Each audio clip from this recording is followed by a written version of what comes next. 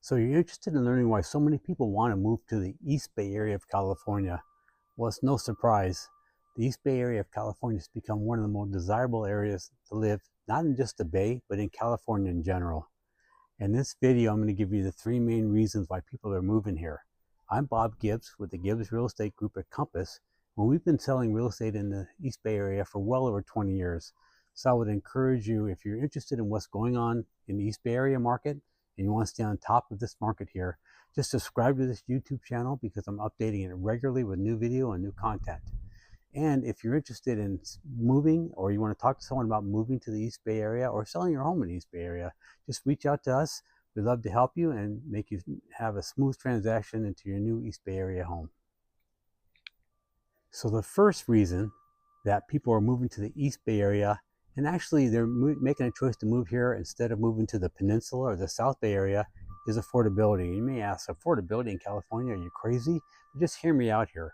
I'm going to use three different cities that are of like quality of life and like population to give an example of the difference in the cost of living and the cost of homes between the East Bay area and the rest of the Bay Area.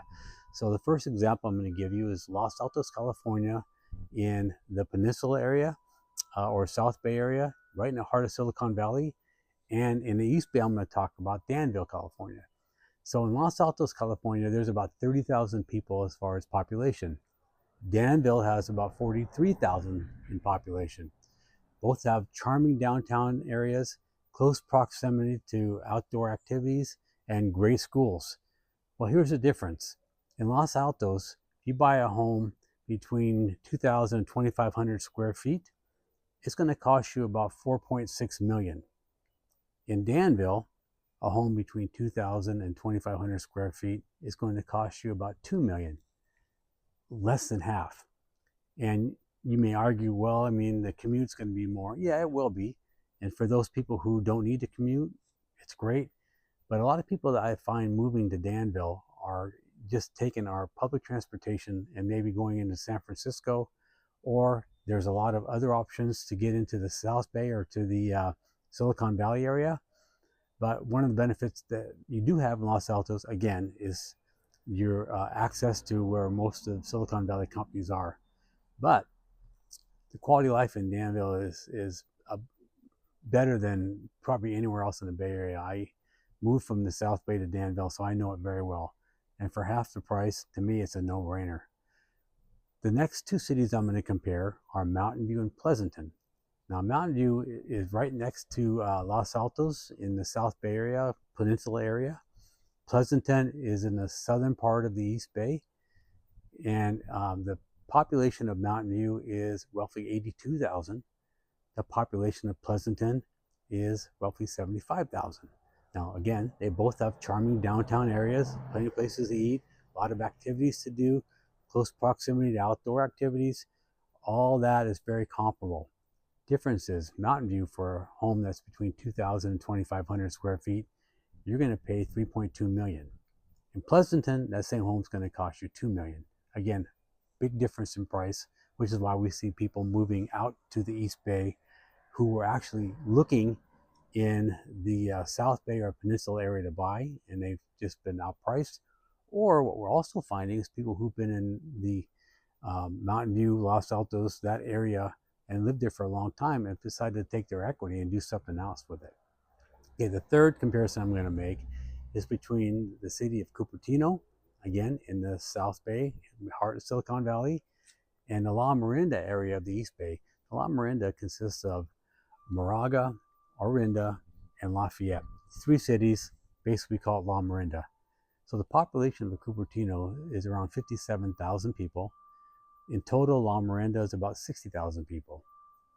The cost of a home, again, they both have areas that you can go out and enjoy recreation. The La Miranda area, especially in the town of Lafayette, it's got a really nice downtown area. Price for a 2,000 to 2,500 square foot home in Cupertino is going to cost you around $4 million. And that home in La Miranda area is going to cost you $1.9 million. So as you can see, the affordability factor moving to the East Bay is a huge consideration for a lot of buyers.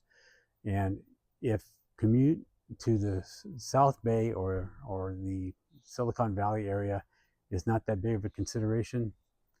It's kind of a no-brainer. Okay, the second reason that all these people want to move to the East Bay Area, California, and live here is that there's just so many things to do. So if you're talking about outdoor activities, we have hiking and biking trails wherever you want to go and to do whatever you want to do. We have Mission Peak in Fremont. We have the Sonoma Ohlone Wilderness area, which is in the Pleasanton kind of Fremont area. We have the Los Champos Ridgeline, which goes above San Ramon and Danville. And when you climb to the top of that thing, you can see the whole bay. We have Mount Diablo, which is our 4,000 square foot or 4,000 foot high mountain. And you can actually hike up to the top of that if you want, but a lot of people decide to bike. Or if you drive up there, there's a really nice observatory where you can see hundreds of miles. You can see, south to Fresno area. You can see north almost all the way to Shasta. You can see Lake Tahoe area, and this the whole High Sierra Ridgeline, all from Mount Diablo. A ton of stuff to do there. Museums. There's museums everywhere. We have the Lindsay Wildlife Museum, which is in Walnut Creek. It's a great place to take the kids to learn about wildlife in the area. Basically, people, if they find injured animals, they can take them there and they'll heal them up. But it's a great place to spend. The Black Hawk museums are amazing. They have one of the best car museums I think you'll ever see in there. In addition to that, there's a Wild West museum. So they bought a whole exhibit from a gentleman out of Montana. You got everything from Buffalo Bill Cody's handguns and you name it. There's a lot of stuff in there to see. It's very interesting. And also in the Black Hawk Museum, there's a exhibit from China, which is just stunning, and one from Africa as well. So, and there's other museums in the area too. There's just a lot there. And another thing that I find very interesting and entertaining is the food scene out here in the East Bay is really good. I don't know if it rivals San Francisco, but it's really good. We have in Berkeley, you have the world famous Chez Panisse. Danville has Bridges and other restaurants in there. Bridges is famous for being used in the movie Mrs. Doubtfire. Walnut Creek has a large restaurant scene. Lafayette, a large restaurant scene. So there's always places to go eat. There's always something to do. There are brew pubs everywhere. And there's also places where if you don't want any of that alcohol there are a lot of places to take the kids. So there's just a big restaurant scene out here. And now if you just like to go biking, there's bike trails everywhere. If you have youth sports is important to you, there's a lot of really good and high level sports teams in the East Bay, but they have it for all different levels. They have beginning levels all the way up to people who are intending to make a career out of athletics. So there's just a whole lot of here in the East Bay. It can compete with anywhere in the country for that matter. We have smaller towns like Danville who put World Series teams together. So it's a great place for sports, but just there's a lot of things to do here just in general.